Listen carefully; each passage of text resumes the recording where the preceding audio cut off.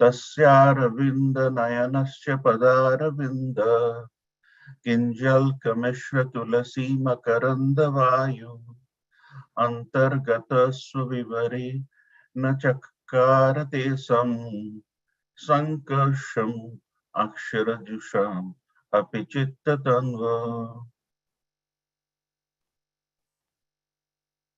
Synonyms: Tasya, of him; Aravinda Nayanasya, of the lotus-eyed Lord; Padaravinda, of the lotus feet; Kinjalka, with the toes; Mishra, mixed; Tulasi, the tulsi leaves; Makaranda, fragrance; Vayu, breeze; Antagata, entered within; Suvivarena, through their nostrils; Chakara, made;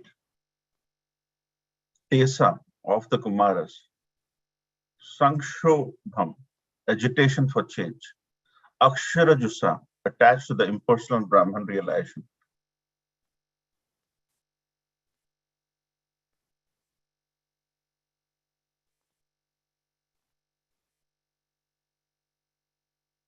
Api, even though; Chitta Tanvo, in both mind and body.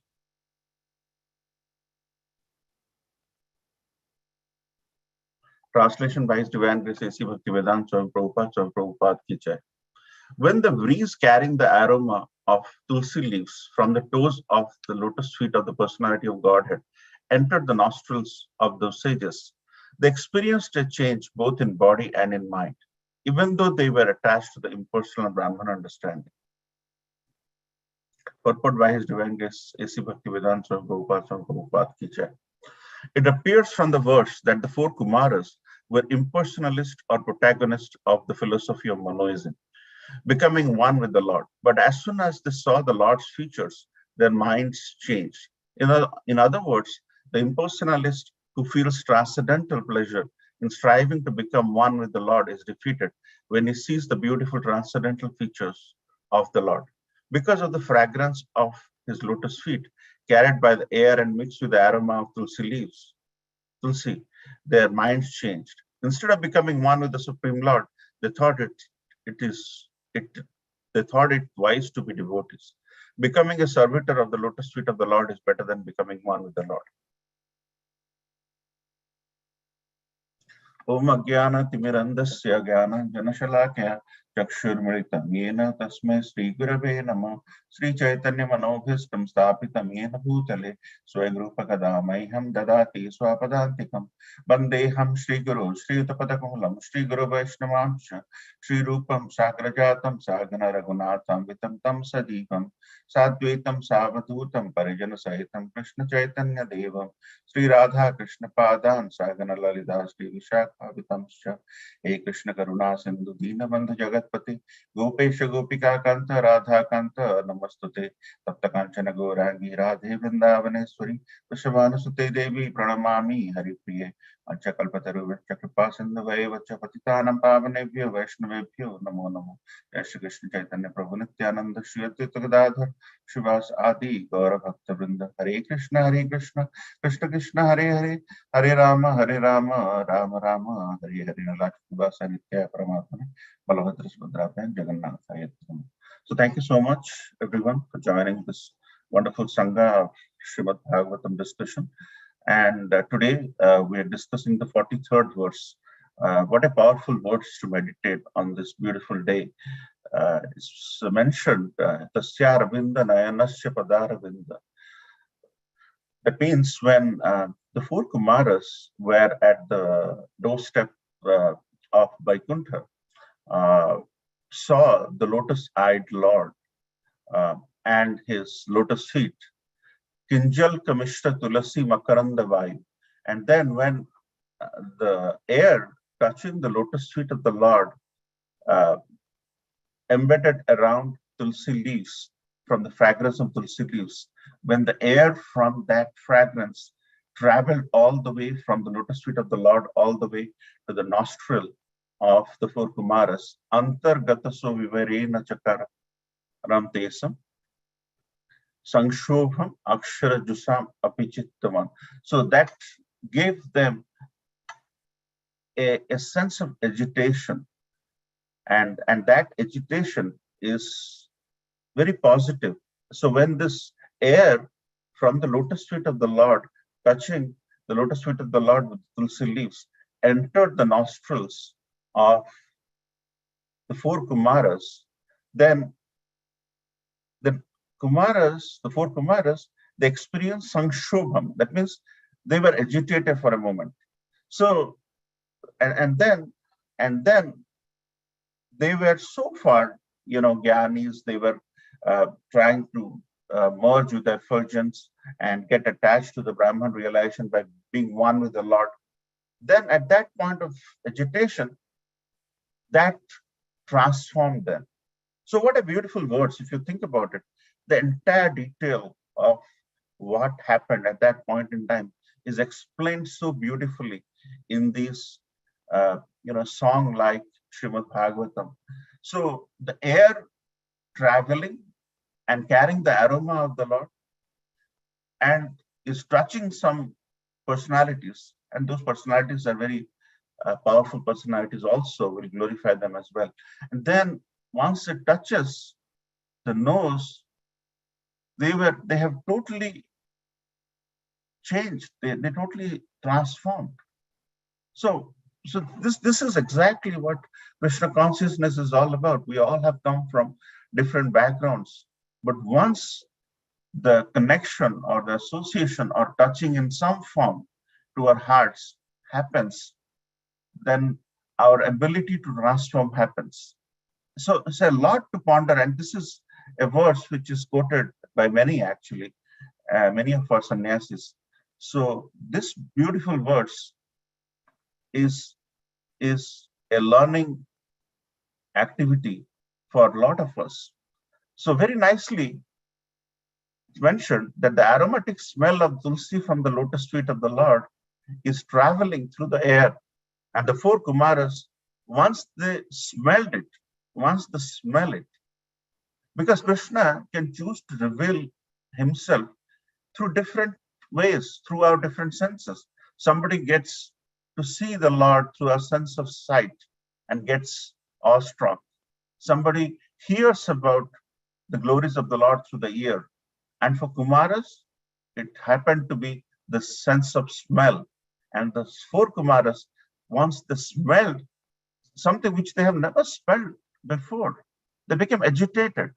Agitation is a thing which is often considered negative for many of us. Somebody get agitated, becomes angry. But here, the agitation is for the positive aspect. How can you get agitated to transform yourself nicely? Something which is very unique in this context. So once you dig further, you realize that they were constantly thinking about the Lord when all these things happened after the scuffle with Jai Vijay broke out. And then when Lord came to intervene, this beautiful pastime happened. And then our Acharya says, in our day-to-day life, we meditate. We meditate on how to get our mundane job in the office done. We meditate on how to put our money in such a bank so that instead of giving X%, it will give Y%. So the meditation is such a thing.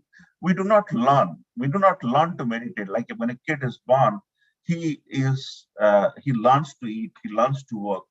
But for us, meditation is a default setting. It's in our default setting. We do not need to meditate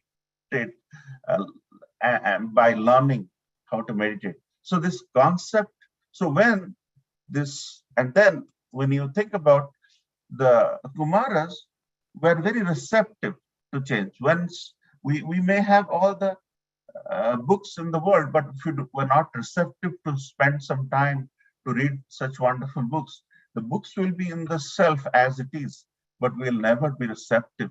So for Kumaras, were very receptive to accepting what was being portrayed, and this revealing of the Supreme can happen very differently. And the four Kumaras were very receptive to accept the inevitable. And And then when when the air went into the nostrils, they felt something which they have never felt before. That is when you tend to realize that, hey, there is something very significant is happening in our lives. And when the significant realization sets in, we tend to transform.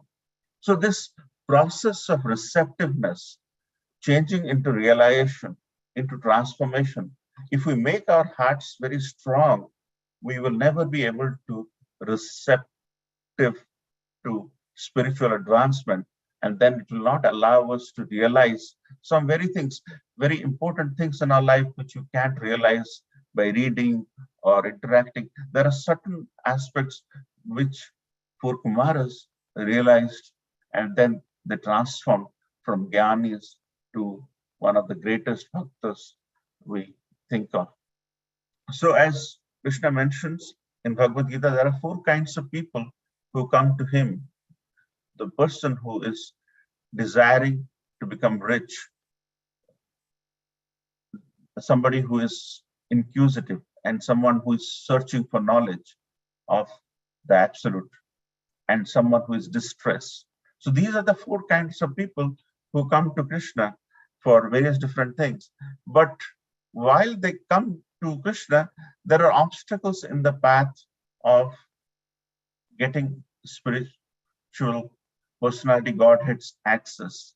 So these three obstacles, as it is mentioned, which are obstacles in the path of transformation, starting with reception, realization, and transformation, is Kanak, Kamini, Pratishtha.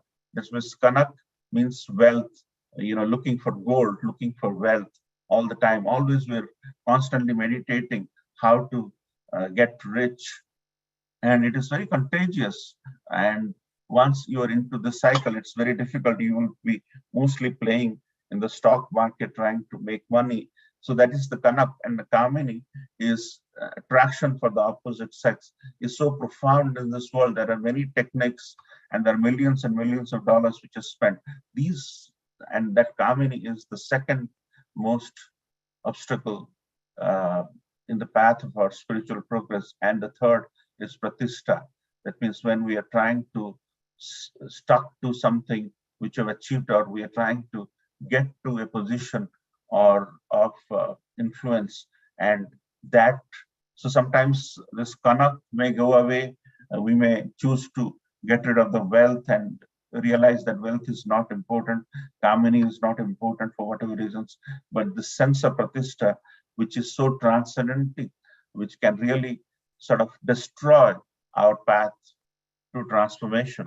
And most of the common people who come to Krishna consciousness, or anybody who are not even Krishna conscious, they all come with these four things in mind: dharma, artha, kama, moksha. They either come for one of these four things.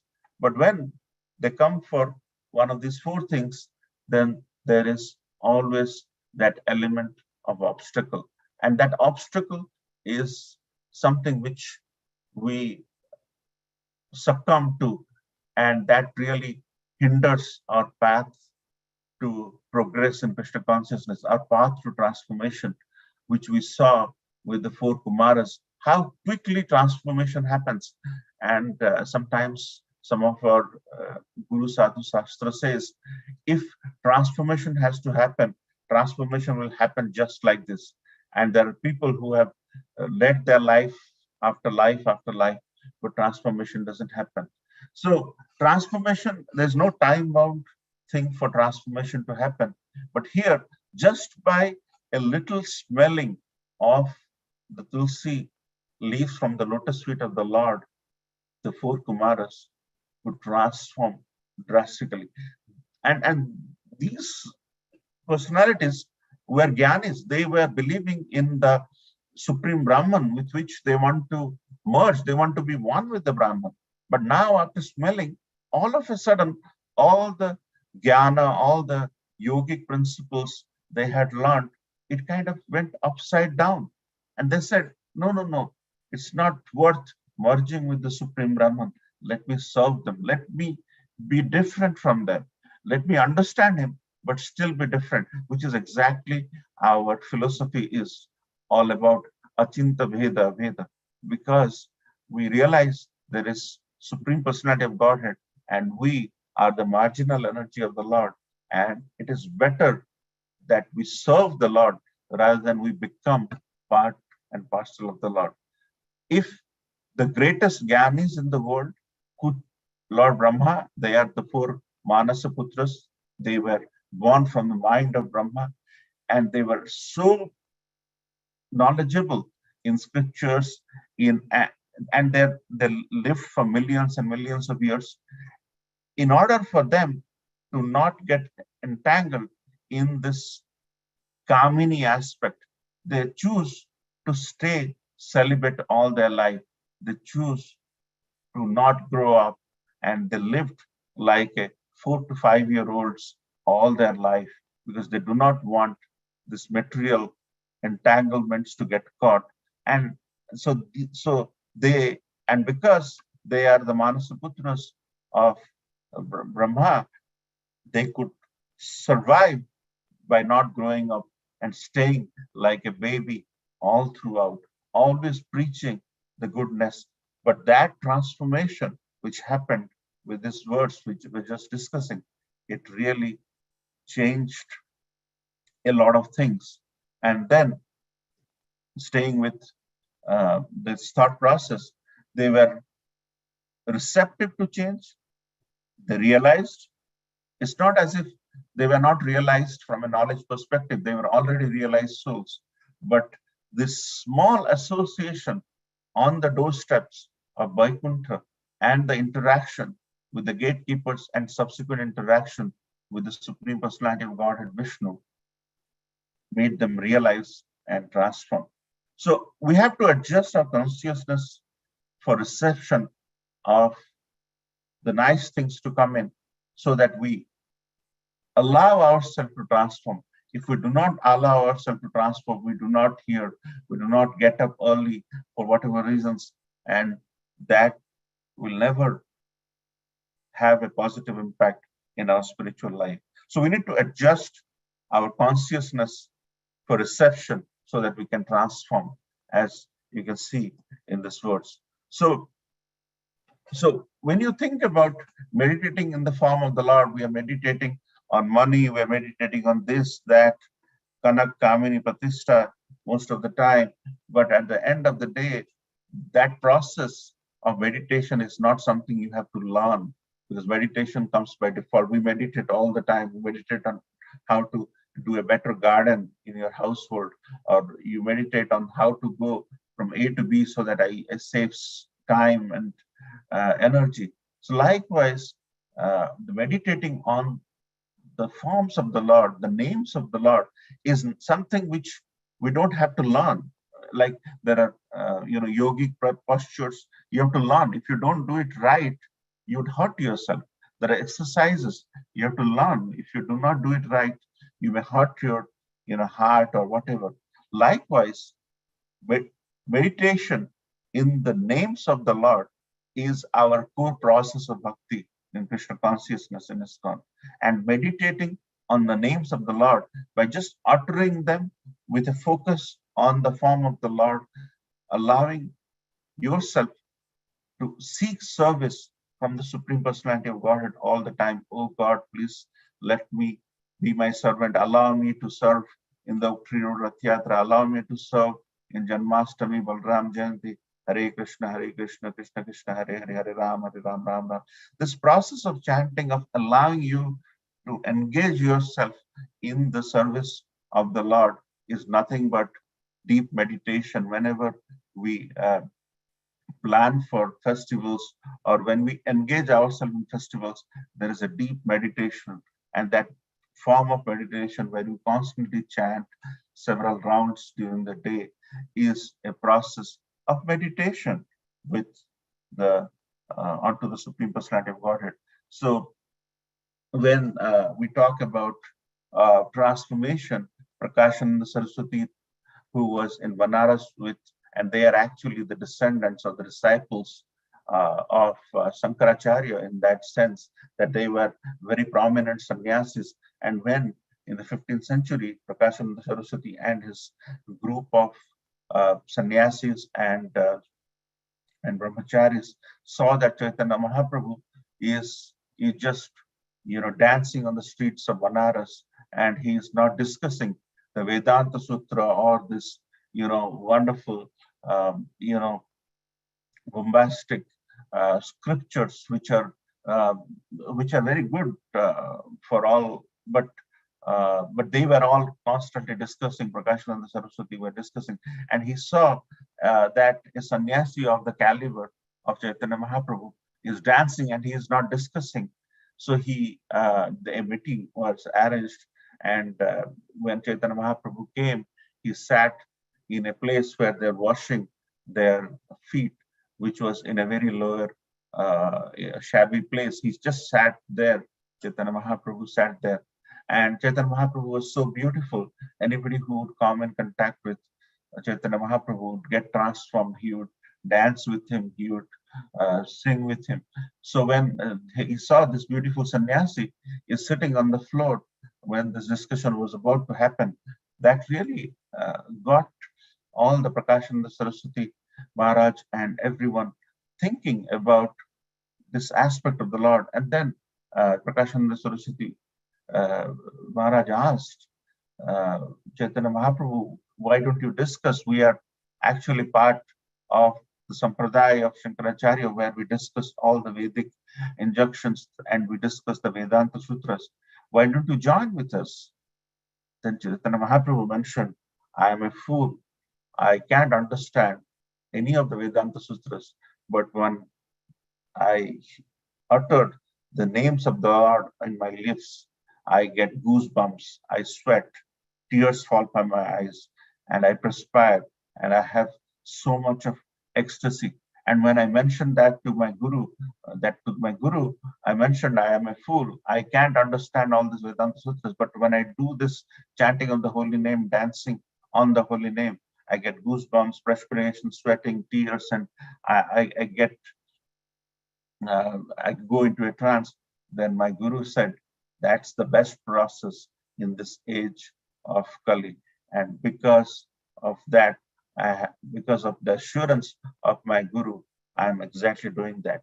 And Prakashananda Saraswati Thakur, seeing the humility, seeing the purity, seeing the beauty of the Lord, which is one of the 6 attributes of his Supreme Personality of Godhead, Prakashananda Saraswati and his entire group of devotees, they became Vaishnavas. They were inducted, they were converted rather into the path of bhakti from the path of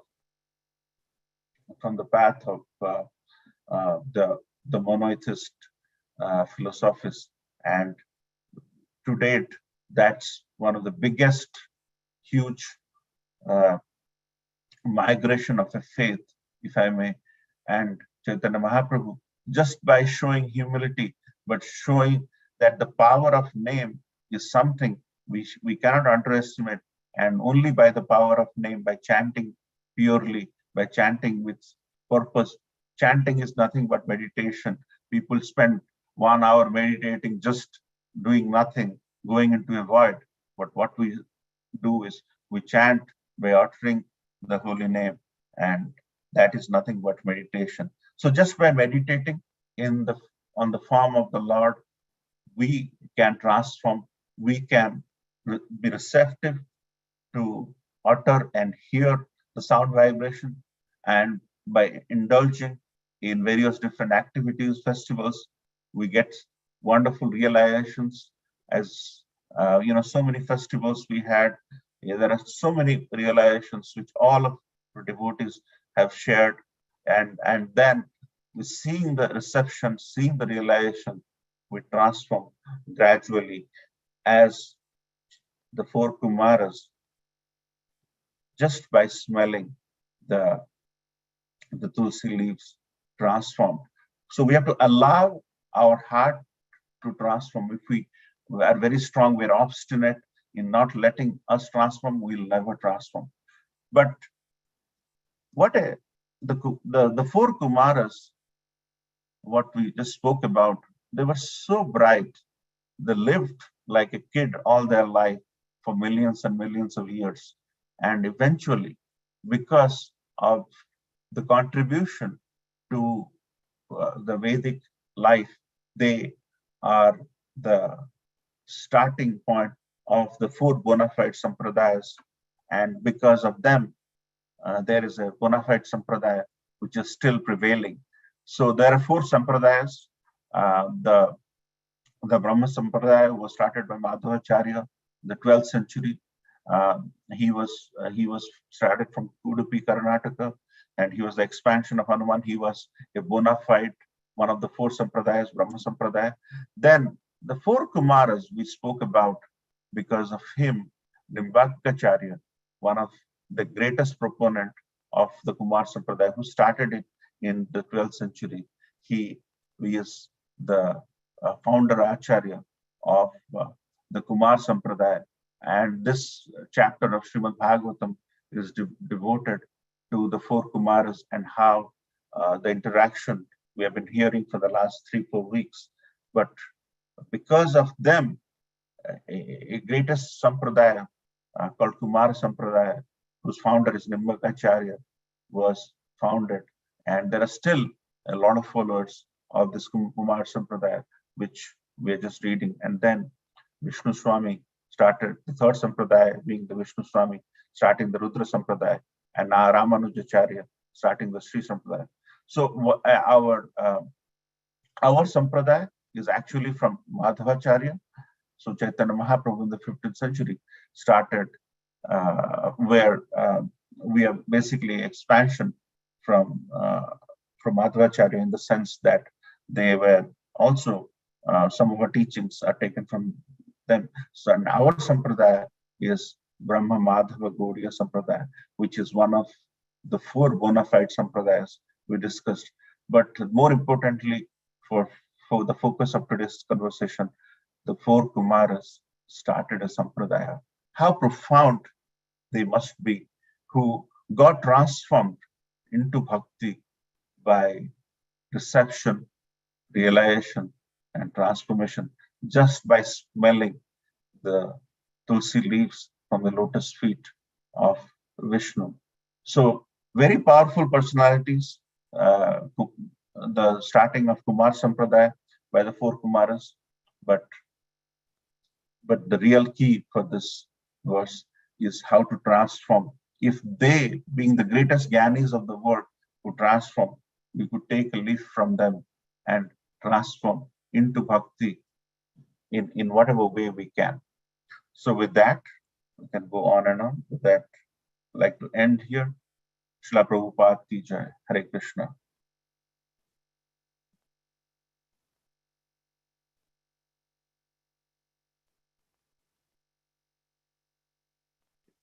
Thank you very much. So we'd like to wish everybody a safe and Krishna conscious day ahead. We'd like to offer our prayers to the Supreme Lord by chanting Hare Krishna, Hare Hare Krishna, Hare Krishna, Krishna, Hare Krishna, Hare, Hare Ram, Hare Ram, Ram Ram, Ram, Hare Hare Hare. Hare. Hare Krishna, Hare Hare Krishna, Krishna, Krishna Krishna, Hare Hare. Krishna, Hare Ram, Hare Ram, Ram Ram, Hare Hare. Hare Krishna, Hare Krishna, Krishna Hare Hare. Hare Ram, Hare Ram, Ram Ram, Hare Hare. Nrsimha, Jai Nrsimha, Jai Nrsimha, Radhe Jai Padma Bhangam, Ugraveera Nrsimha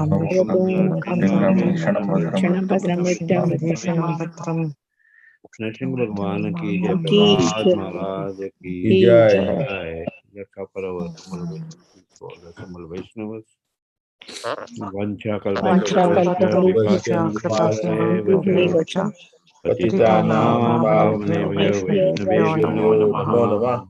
Vaishnavinda ki Jai, Raj Srimad Bhagavatam ki Jai, Srila Prabhupada ki Jai, Gaur Premanande, Hari Hari Hari Bol. Thank you, Hema Jagannatha.